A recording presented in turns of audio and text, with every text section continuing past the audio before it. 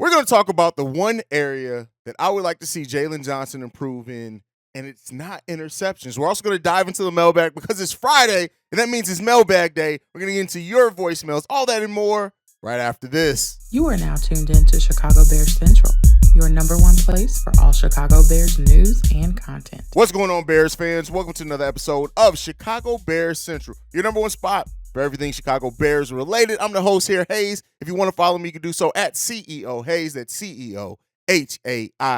If you want to follow the show, you can do so at Shy Bears Central on every social media platform. But let's go ahead and get into it. So there's a lot of it that has been made about Jaylon Johnson over the last couple of weeks, months, whatever. And there you have Bears fans that are on every end of the spectrum. Some that think, hey, no, Jaylon Johnson, you hold on to Jaylon. We do not want to let Jaylon Johnson go. You have some Bears fans, even in a voicemail we have today, that are just ready to ship Jaylon Johnson off today if the Bears could get an edge back for him. But ultimately, Jaylon Johnson has been pretty damn solid in his career with the Chicago Bears. Now, there are some that talk about the interceptions. He needs to get more interceptions. But I want to talk about an area of Jaylon Johnson's game that needs to improve that's not based off interception, right? And so when you look at Jaylon Johnson, one specific stat sticks out. While he's been reliable, and this comes from Bears Goggles On, y'all go check this article. It was really kind of eye-opening, is that he has allowed 12 touchdowns over the course of his career. And 11 of those came in the first 2 years. So let's give that as well. But he allows a touchdown every 6.32% of time he is targeted, right? And so where that compares to other top end cornerbacks that he is trying to be in, as far as when you look at the contract, when you look at Charvarius Ward, 3.57% is the times he allows touchdowns. Jamil Dean allows 4.91%. So there's a pretty big range between that. And while Jaylon Johnson hasn't been off the last few years, like I said, he's allowed only 11 touchdowns. He allowed 11 touchdowns in his first 2 seasons and only 1 since then, right? So you want to look at that. That could be improving and going in the right direction. That's the area that Jaylon Johnson needs to improve. To be a number one cornerback in this league, it's not necessarily about the interceptions. That is something that, of course, fans look at. It's a turnover. It gets exciting, things like that. But ultimately, it's how you shut down the opposing wide receiver that you're guarding. And Jaylon Johnson, again, has been pretty solid in those areas. Those numbers aren't terrible, but that is another way that he needs to improve. The man coverage that Jaylon Johnson goes in needs to be great, right? And when you look at Jaylon Johnson, they describe him as a zone cornerback, right? And that's fine. But if he increases in that man-to-man coverage, as well as allows less touchdowns and gets in that elite category, Jaylon Johnson more than earns his extension at that point in time. And it's hard to overlook that type of production from any quarter, whether they get interceptions or not. And that's not to say that the interceptions and forcing turnovers isn't still a thing that Jaylon Johnson should look to improve in if he can. I'm just saying that those other areas may be more important than just looking at the number of interceptions he gets. And I think sometimes we try to look at one specific stat and make a judgment on a player based off that one stat because of how that stat makes us feel, right? And that's what I want to kind of get away from, even in my own analysis of Jaylon Johnson.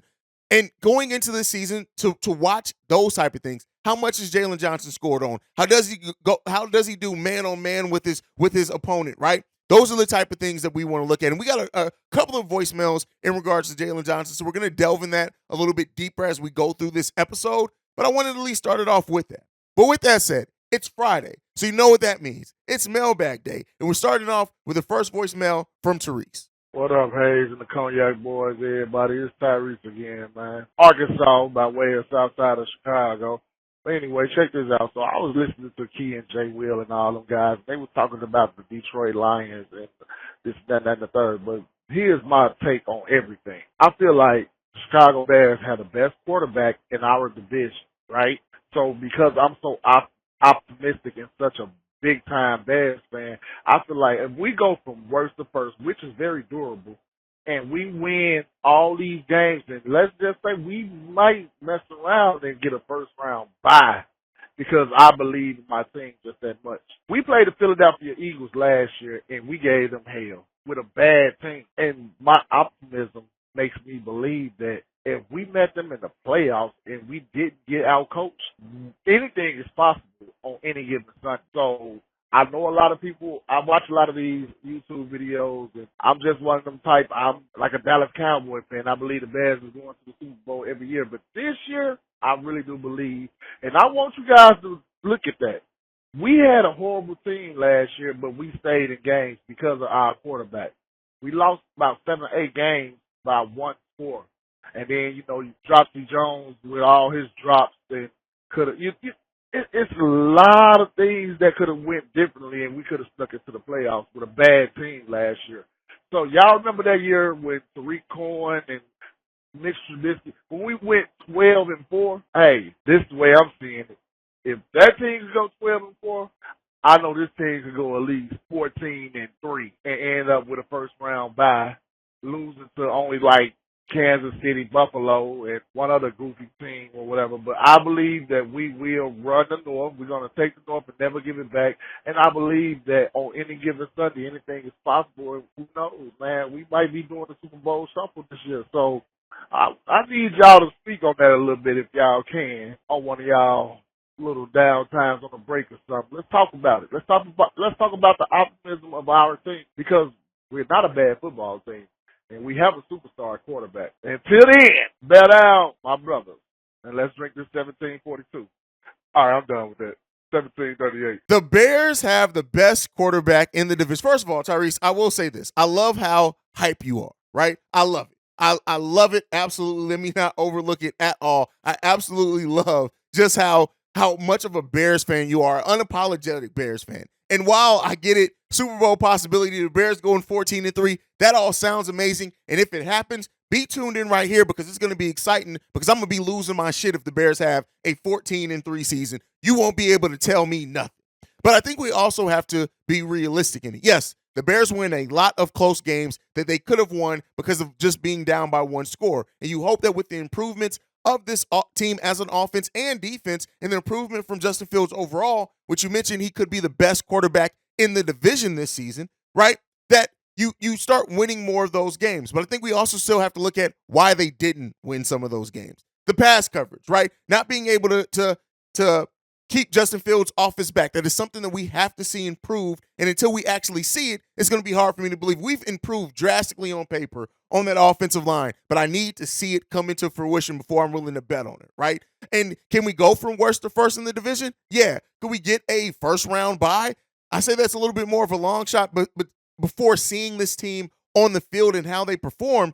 But you guys know I'm fully confident in this team's ability. I'm not ready to say, like our caller here, that the Bears can get into a Super Bowl. I'm not willing to say that. I'm a little bit more, kind of level-headed than that. But I'll tell you what, I'm glad that there are Bears fans that have this type of excitement. It's been a while since we've had this type of excitement about this team. And yeah, you still have your pessimistic Bears fans. Did I say Bulls early? You still have your pessimistic Bears fans, and that's always going to exist. But this Chicago Bears team and how they have improved, how have they worked on this team, it leaves a lot of cause for excitement around this team. And so, yes, the division is wide open for the first time. We've made improvements as a team to where we hope some of those close games now flip in our favor, right? And ultimately, I would say anything that is the Bears having a winning record this season is progress, right? I mean, clearly over a 3-14 season. Before the Bears to go like something like you said in 14-3, that's elite territory. I don't know, usually while the NFL, unlike some other sports, the turnaround time is quicker in the NFL. You can go from a bad team to a contender faster in the NFL than you can in a lot of sports. But some of that comes by adding veterans. The Bears, while they did add some veterans and some veterans at needed positions, we're still a very young team that has a lot of our key positions are going to be held down by players in their first or second years. And because of that, sometimes it takes a little time to develop those winning habits and routines. But hey, I hope so. I hope you're right. I would love nothing more than to be talking about a Bears team that we can legit talk about as contenders at some point in time. But let's walk before we run in this time, because we crawled. We were in the mud a lot last season. We crawled last season. Let's walk before we run, and let's see what this team gives us to start the season. And I'll tell you what, I'm going to be right there with any of the most optimistic Bears fans if this team starts off and looks amazing to start the season. All right, let's get into this next voicemail. This one's for Roy. Hey, what's up, bro? What's up, Bobby? What up, C-Dub? Hey, Hey, man, I was just like thinking, man. Just watched the video. Hey, man, you absolutely right what you're saying about the competition in this wide receiver room and also the running back room. You know, because I think the key word is competition because and I think the talent on our team has definitely improved, you know, by far. You know what I'm saying? I think we're gonna really, you know, ball out this year. You know what I'm saying? Because you think about it, a lot of, you know, that I think another key word is show and prove. Because either you're gonna show and prove because you got these dogs, you got these dogs behind you, you know, these rookies that's hungry, that's fighting for a position, starting position. Then you also got, you know, contract extensions, and you also got, you know, players coming to the end of their contracts as well.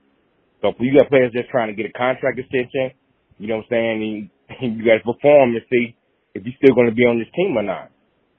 You know, so it's going to be a lot of competition, man. So everybody going to be bringing out their A game, trying to prove, you know what I'm saying, hey, I deserve to be on this team, or I deserve to be, you know, I deserve to be the starter in this position that I'm in, you know, or I'm going to end up being a backup player. You know what I'm saying? And you can get less money being a backup player instead of being a starter. So, hey, I think it's going to be a lot of competition, man. That's good. And also, what you think about, too, Hayes, that with, you know, we were talking about, like, you know, Gordon or Brisker, you know what I'm saying? You know, with all this talent that we just added on, you know what I'm saying? I think these guys really going to thrive. You know what I'm saying? We talking about these, you know, new rookies and everything. You know what I'm saying? I think they're going to be good, you know. I think, you know, Jaquan Brisker and Gordon, man, is really going to thrive in this defense, you know. Now, Gordon can strictly play nickel and just stick strictly to that. And also, it comes down to Allen Williamson and Lou Gesty, man. We have to see how they're going to do, man. I mean, because there's no excuse now. You have talent on the defense, and you also got talent on the offense, dude. You know, Justin Field has a ton of weapons to go to. With these running back room and these receivers, he has a ton, and the tight ends, too. Don't forget about Tunyon. You know what I'm saying? We talking about Cole Kmet. Don't sleep on Tunyon either. You know what I'm saying? So it's a lot of options he can go to. You know what I'm saying? So we will see how Justin Fields do as well. So like I said, it's a lot of people going to be on the chopping block. You know, people know Justin Fields going to have pressure on him too. See if he's going to take the next step. I mean, I think it's going to be a lot of pressure on everybody. You know what I'm saying? So we'll see, man. Let me know what you think, Hayes. Competition in the wide receiver and running back rooms, yes. Just let's flat out. It's big competition in both those rooms, and I think it's going to be an interesting one to watch as the season goes on, just how that competition brings out the best in these players. But to your point, Brisker set for a breakout season. Listen, Jaquan Brisker, I think, is on the path to being the breakout player of the year. I think when you look at just Jaquan Brisker's just the level of maturity he came into the NFL with, right? The leadership qualities that he came into the NFL with. You're talking about a player that now has a solid rookie season to build off on top of that, and he now has a better defensive line in front of him as well, right? And I think sometimes we forget about the symbiotic relationship between the pass coverage and our pass rush, right? And how that defensive line and the secondary really work hand in hand in making both their jobs easier for each other. And so, with that said, I do think that the job of the secondary should get a little bit easier with how the improvements we've made on that defensive line. And because of that, Jaquan Brisker is set for a breakout season. You talk about a player, you know, I talked about earlier how Jaylon Johnson, I'm not necessarily looking for him to get turnovers and interceptions. I would love for it to happen, but that's not the necessary way that I'm watching him this season. And not that I'm judging Jaquan Brisker's season on turnovers that he forces either, but I think Jaquan Brisker is going to get a couple of big-time interceptions that we look at and we're just like, wow, that may be one of the best defensive plays we see all season. Now, as far as giving up on Kyler Gordon, no, absolutely, you should not give up on Kyler Gordon. I think moving to the nickel is going to be the best situation for him. I think having Jaylon Johnson, Tariq Stevenson starting on the outside and Kyler Gordon being in that middle, in that slot position, is going to do wonders for his skill level and just overall. You talk about a player that can get turnovers as well. Watch out for Kyler Gordon to low-key get a lot of turnovers for the Chicago Bears as well. Going to be an exciting season for them. I agree with you, Rory. Let's get into the next voicemail. This one's from Fred. Hey, what's going on, man? How you doing? This your boy Fred, man. shout out to Bobby and C-Dub as well, the Cognac boys, man. I'm a Cognac guy myself. Hey, I was watching your show. I was just not getting off work and everything, man. But I think, man, honestly, I think Roshan might end up starting between him and Herbert. Like, I ain't taking another way performing, though. But that one right there, I'm like, I don't know. Because like you said, we do got some good running backs. And honestly, I think we need to go ahead and get another edge rush, though. Because I was kind of, like, hyped up for Dominique Robinson at first. Then it's like, he disappeared and shit, like you said. And then, honestly, the other position we got as well that we made to get strong at is cut Dildor and trade Jaylon Johnson, because I'm over Jaylon Johnson for the simple fact he haven't shown me shit since he been with the Bears. One pick, like, I'm over him, and just as well I'm over Mooney, man. So if that boy Tyler Scott outplay and outshine him, even in camp or during the games, whatever, Mooney might as well kiss that motherfucking contract extension with us goodbye. And I think Claypool, man, he gonna be okay though, man. Reason why he had a down season, he got traded in the middle of the season, and he didn't know the playbook like that. But now he had a full understanding of the playbook. Worked with Justin Fields during the off season, so he got an understanding of the playbook. I think Claypool gonna be all right, and we might end up giving him an extension because we did give up a number 2 and we're a second round pick for him. So let me know what you think on one of them subjects, man. Like, and let me know like how you think we gonna do, man. Because overall though, I think we're gonna be 11-6 though, man. So bear down and let me know what you think. All right, Fred, Roshan Johnson may end up starting. I don't want to overlook, right? And the one thing is that if Roshan Johnson becomes the starting running back for the Chicago Bears in this rookie year, he's gonna earn it, right? And so I would not be, if he ends up earning that position, I know based off the way that Matt Eberflus sets up the competition rooms in training camp and OTAs, to me that just means he earned it. He came out there and performed at such a level that he was able to pass up veterans. Now, I'm not saying that I'm ready to say that. I think that development may be a little bit slower, but I also think Dante Foreman, Khalil Herbert, these guys, they're no slouches. They're not giving anything up, right? Let's be clear here. Anything that Roshan Johnson gets is going to have to come via earning it. He's not going to be handed a damn thing. And the two guys in front of him, damn sure ain't ready to just hand it off to nobody, right? So because of that, it's going to be interesting to watch for sure. Now, as far as getting another edge rusher, I talked about that earlier this week on a daily. I just don't think it's coming right now. I think this team likes what they have on the defensive line. I think the improvements on the interior defensive line and how that can help the edge rushers, I think is going to do wonders for the team. I think when you look at Travis Gibson starting now with Walker on the other side, Dominique Robinson going back to being a player that's going to be used as a depth piece and a rotational piece, I think he's going to thrive in that role as well. He's putting himself around some great players to really learn and mentor him. So I think those things are going to all come together for the team, but I don't think we're going after an edge rusher right now. Now, as far as trading Jaylon Johnson, man, I like I said, I'm not putting it out of the realm of possibility. It's not gonna, if it happens, it's not gonna be to the trade deadline. Jaylon Johnson's gonna get every opportunity to come and show he deserves that extension that he wants, and I think he has a great chance to do it. I'm not as down on him as you are, but I understand where you sit at with that, Fred. All right, let's get into this next one. This one's from Book. Yo, Hayes, what's good, man? This Book from King Booker World, man. Blessings to you and yours.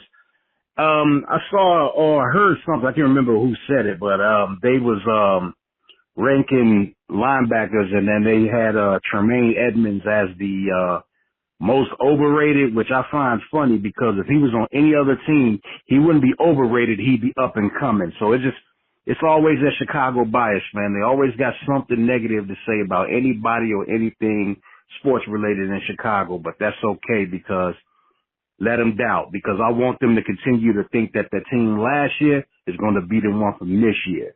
They're going to show them, and they're going to see what's up, and we're going to have a good year. But that's all I wanted to say, man. Just a comment, man. Like I said, blessings to you and yours. And also, thank you for the shout-out, man, for the saying, man. Of course, man, borrow at any time. Chicago up, bear down. Listen, Book, I don't even need to say anything after that. You're absolutely on point, bro. Tremaine Edmonds, it's the Chicago bias. To rate this man as the most overrated linebacker in what he's done, a two-time Pro Bowler, 25 years old, over 100 tackles in every season that he's in, and an impact. Come on, man. Like, I hate it. And it happens in all Chicago sports. It happens in all of them, right? And it is what it is. I don't know why they hate us, but you know what? Like I said before, we'll take it. Because then when we start putting people on their ass and Tremaine Edmonds comes out and shows out and leads in much improved defense, I want to see what you guys then say about Tremaine Edmonds being the most overrated linebacker in the NFL. Man, get off me with that one, man. I hate the mainstream media. I really do. This is why, and I always say, it's people like Swifty, right?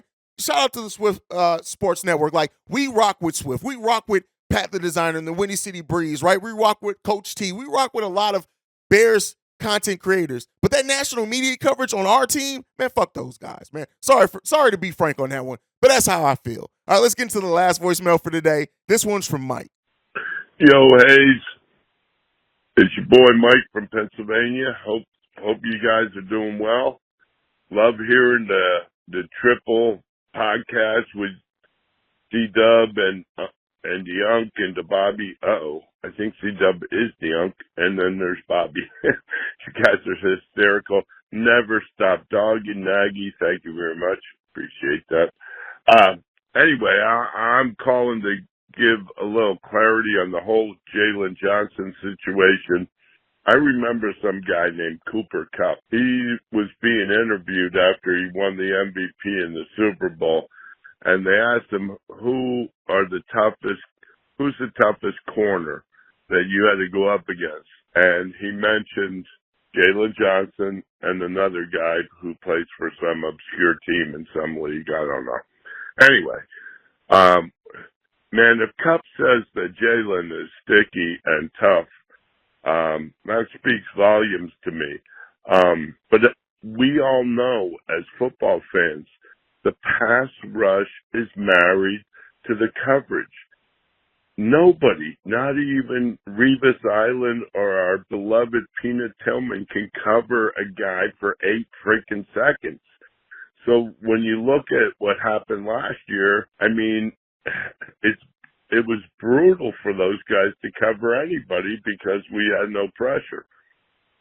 Anyway, I think Jaylon's a really good corner, but more importantly, I think Poles knows. So he's going to do the right thing by us. You know, if he's going to sign him or let him go, he'll do the right thing. Anyway, that's my 2 cents. Peace. Shout out to Fred. Love you, brother. Just staying balanced over here. All right.